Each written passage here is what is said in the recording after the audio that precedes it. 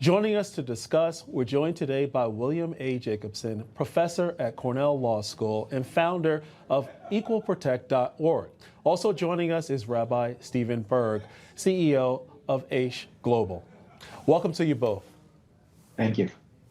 Thank you. Rabbi, good morning. Rabbi Burg, I want to start with you. Your thoughts on all of this that we just laid out. It's a disaster. I'm speaking as a Jew. You know, we're watching the Mamdani election. We're all terrified what's going on in New York. And the next thing we know, we have found a lot of solace in the Republican Party and on the right. And what Tucker has done, and frankly, this was just the apex. I mean, we've been watching Mother Agapia. We've been anti-Semite after anti-Semite after anti-Semite coming on his program. And what he's doing is, while he's not saying it, he's giving them the ability to say these things. It's like pouring gasoline on and just letting them throw the match. And episode after episode has been demonizing the Jews, demonizing Israel. And, you know, we don't know where to find ourselves. You know, for 2 years, the Jews of New York have said, how are the Jews in Israel? Now, the Jews of Israel are worried about us in America. We don't know where to go. And I can't begin to tell you how disappointing it was to see the Heritage Foundation, a place that really has stood by Israel and the Jewish people for a long time, to basically come out and say, yeah, if someone thinks Hitler is a good guy and the Jews should be thrown out of America or killed, we got to give them a platform. That's insane. Mm-hmm.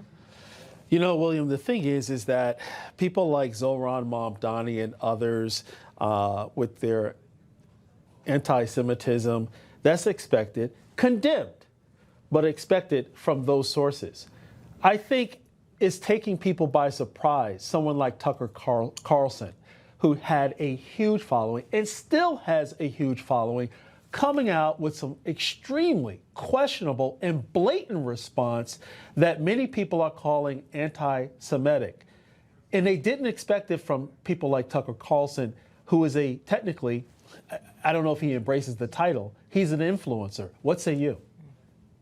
Well, he has been a malevolent force really since October 7th. October 7th seems to have been interpreted by a lot of people, that's the massacre of 1,200 Israelis, as a permission slip to let their true feelings show. I think what we're seeing is the true Tucker unrestrained coming out. And he, for 2 years, has been platforming Nazi historical revisionists. He's been platforming people who claim that the Jews are responsible for the decline of Christianity in the Muslim world. He has time after time platformed these people, and he nods along. So he has normalized anti-Semitism in the Republican Party. It's not a majority view. It's not even, I think, statistically a large position, but there is an influential group who are trying to destroy the MAGA movement, who hate Donald Trump because they think he's too pro-Israel and he's got, too close to Jews. This is really a malicious thing. And Tucker Carlson is a major problem. And I wish President Trump, who's been great on so many things, would speak out about it, because Tucker is destroying everything President Trump has achieved, because he's going to end up putting a Democrat back in the White House. Right. And luckily, unlike the Democrats, though, who embrace people like Zohran Mamdani, we are seeing Republican leaders condemn Tucker Carlson. And I think that's an important distinction, rather than embracing them by not coming out like Chuck Schumer against Zohran, saying nothing. I mean, that in and of itself is condoning the behavior. But in response, here is Senator Ted Cruz speaking out against anti-Semitism at the Republican Jewish Convention this weekend. But unfortunately, it's not limited to the left. And everyone here knows we're seeing more and more anti-Semitism rising on the right. In the last 6 months, I've seen more anti-Semitism on the right than I have in my entire life. This is a poison, and I believe we are facing an existential crisis in our party and in our country. Yeah, Rabbi Burg, your reaction. Look, Ted is amazing. Ted Cruz is really one of the great friends that we have in the Jewish people in Israel. But we're nervous. You know, we're seeing it out there. And like I said, I think that watershed moment of the Heritage Foundation coming out and saying Nick Fuentes was okay. I may not agree with him, but it's okay to showcase him.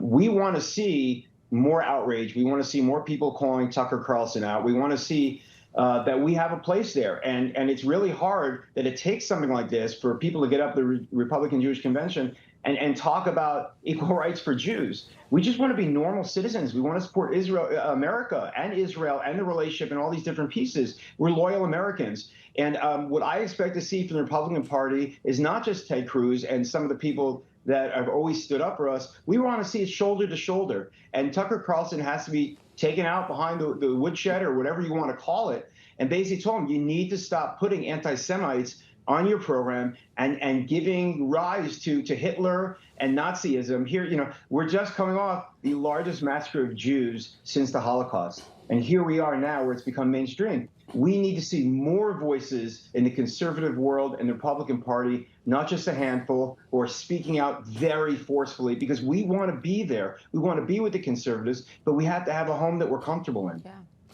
Well, actually, Ambassador Huckabee thinks the same way. He's wondering this morning why Carlson or anyone would actually give Fuentes a platform. Here's what Ambassador Huckabee posted. Giving a platform to and getting advice about Christianity from Fuentes is like asking Hannibal Lecter for recipes.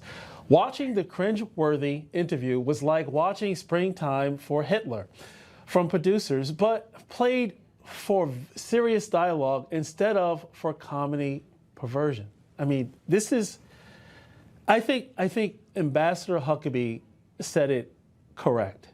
People are actually trying to find that balance between free speech and people like Fuentes, but you gotta call it for exactly what it is, because action speaks louder than words. Platforming individuals, if they want to speak and spew hatred on whatever platform they have, that's one thing. But to actually invite it on your platform and actually become married to them in terms of what that actually conveys to the American public, you also become an accomplice. What say you, William? Yeah, well, notice who Tucker has gone after viciously. Senator Ted Cruz. Tucker claimed that Ted Cruz was working for a foreign government, namely Israel. Tucker has said he hates Christian Zionists more than anybody in the world, and he has specifically named Ambassador Mike Huckabee. So Tucker is a malevolent force that must be addressed. He's entitled to spew his hatred, but we're entitled to object to it, and we're entitled to call him out for it, and we don't have to invite him into our house. He got a huge platform. He runs to Qatar, he runs to Russia, he runs all these places and gets access to leaders. We don't have to have him ruling our party. And if it turns out that he has that influence, it's going to be the destruction of everything Donald Trump has accomplished, because it's going to put a Democrat back in the White House.